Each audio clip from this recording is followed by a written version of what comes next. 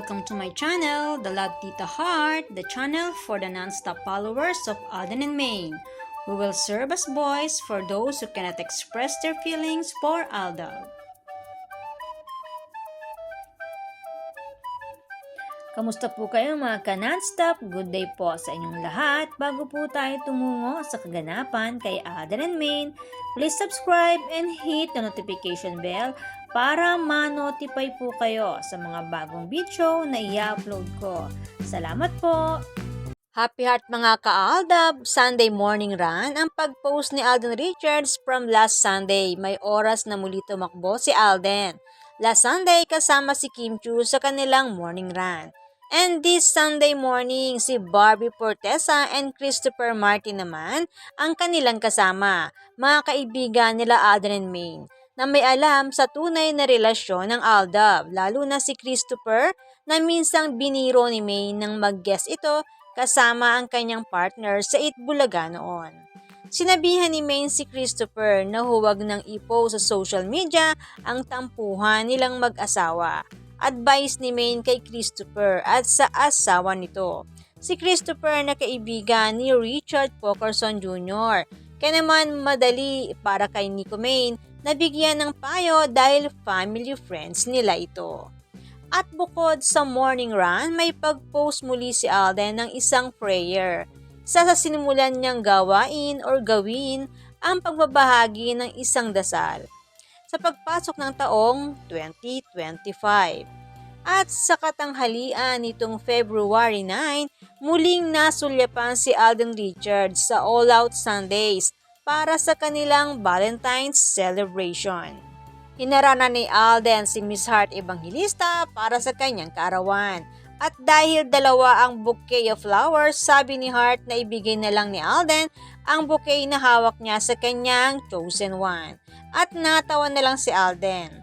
Sa lahat ng may alam sa katotohanang namamagitan kay na Alden and Maine, noon pa man, alam nila nag-ugali ni Richard Jr. na bigyan ng flowers ang kanyang Mrs. Nico Menday Pokerson, ang sinasabing chosen one ni Richard Jr. noon pa man, ang pinaka-espesyal na babae sa kanyang buhay, na iniingatan ng gusto ni Tisoy na kahit sa pananamit ay ayaw nitong nakikitaan or nabobosohan si Mengay. Ang mga mata nito na laging alerto kay Wifey Maine. Sobrang seloso na kanya namang inamin pagdating kay Maine.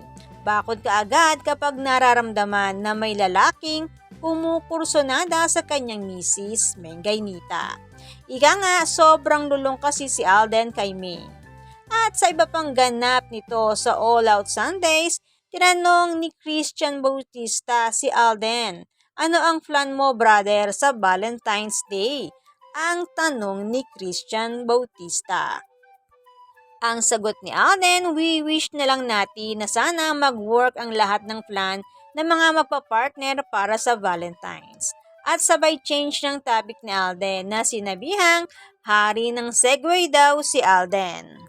At natawa na lang ito si Christian Bautista na isa sa mga nagbasa ng shoutout sa isang online show nila noon sa Itbulaga at sinabing, "Shoutout sa mag-iina mo, Alden." Natumango lang si Maine at nangiti naman ng iba. Mapapatroba ka talaga kapag makikita mo na may interaction ng isa man kay Alden and Maine sa mga taong nakakasama pa rin nila mula noon hanggang ngayon. Mga throwback ng katotohanan. Sa totoo lang, kaya naging phenomenal ang Aldab sa loob ng 3 months kasi sobrang pure and genuine nila Alden and Yaya Dab sa simula pa lang ng pagtagpuin sila sa split screen. Palibhasa bago si Maine Mendoza noong time na yon, hindi pa niya alam at kabisado ang showbiz na kailangan mong itago ang katotohanang emosyon at pag-aralan ang pagkukunwari sa harap ng telebisyon. Walang ganon si Maine Mendoza. Ang alam lang niya ay magpakatotoo at si Maine Mendoza ang humila kay Alden to come out from his shell. Pag-amin nga ni Alden na maraming bagay na takot siyang gawin dahil sa inaakala niya na limitasyon ng kanyang buhay. Pero nang makilala niya si Maine, nagbago ang lahat. Kaya ang pagiging totoo nila Alden and Maine ang siyang nakita o naramdaman ng mga sumusubaybay sa kanilang dalawa. Kaya masasabing malaking factor ang pagiging totoo nila Alden and Maine na siyang naging ugat para yakapin sila ng madla. Samantala, sa ibang naging ganap ni Alden, nakaraang February 5, nagkaroon ng ganap sila Alden Richards and Julia Barreto para sa kanilang endorsement. Nagkita sa recording studio ang dalawa para sa Casino Plus. Nang unang i-post ito, inakala na may movie na pagsasamahan ang dalawa. Kaya naman inakala na matutuloy na ang moment to remember na dapat pinagsamahan nila Alden and Bea na hindi natuloy at sinabing si Julia Barreto ang papalit. Ngunit lumabas ang confirmation na para sa Casino Plus ang tagpong ito. February 6, bumisita si Alden sa isang set ng show sa TV5 na Be the Next 9 Dreamers hosted by Sandara Park. Sabi ni Sandara, "Thank you for visiting us on the set, Alden. Nice meeting you." Sabi nga ng Myriad Corporation, "We make it happen. Ready to master collaboration and unleash infinite possibilities when two worlds collide." Myriad Corporation is part of Be the Next 9 Dreamers. Masasabing patuloy na lumalawak ang nararating ng Myriad Corporation. Congrats sa CEO Richard Pokerson Jr. At sa paglabas ni Alden Richards sa All Out Sundays, ibinahagi nito na may bagong show ang GMA this year at siya ang magiging host nito.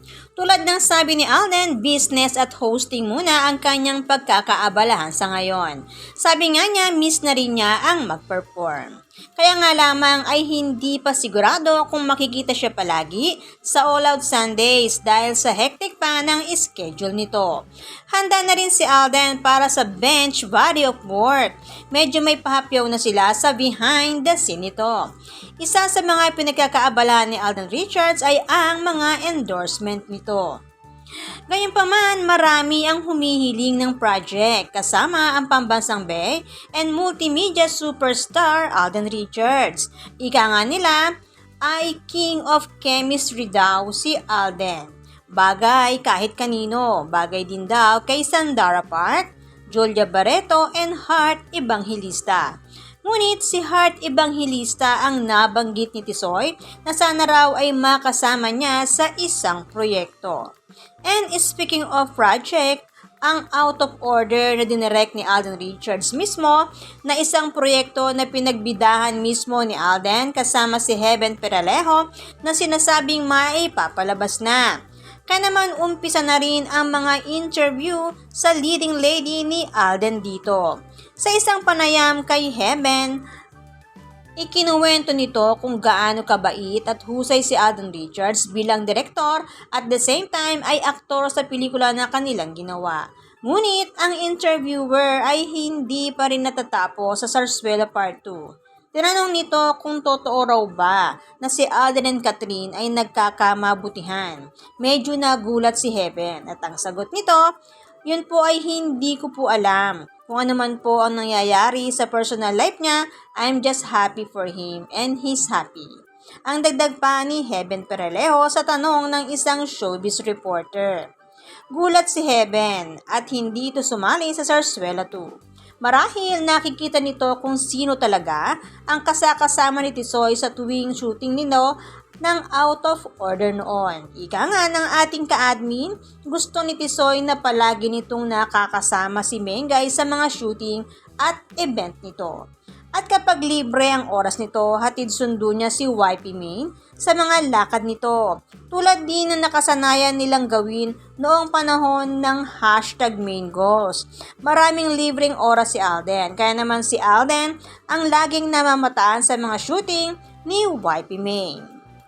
Kaya naman, good vibes lang po tayo magka-nonstop. Salamat po sa lahat na nag-comments at sa lahat po ng buong pusong nagmamahal at sumusuporta kay Alden and Maine. Salamat po sa lahat ng subscribers. Shout out po sa inyong lahat. Thanks and God bless everyone! Salamat po sa lahat na nag-comment. Shout out po sa inyong lahat. Sorry po, hindi ko na po kayo iisa-isahin. Sobrang dami po ninyo. Patunay lamang po ito na talagang lumalakas lalo at sumisigla ang buong fandom sa ganitong pagkakataon. Salamat po sa inyong lahat. Aldab lang ang malakas. Hangad ko po ang magandang kalusugan para po sa inyong lahat. Salamat po Aldab Nation and True-Blooded Aldab Nation. Thanks, stay safe, and God bless everyone!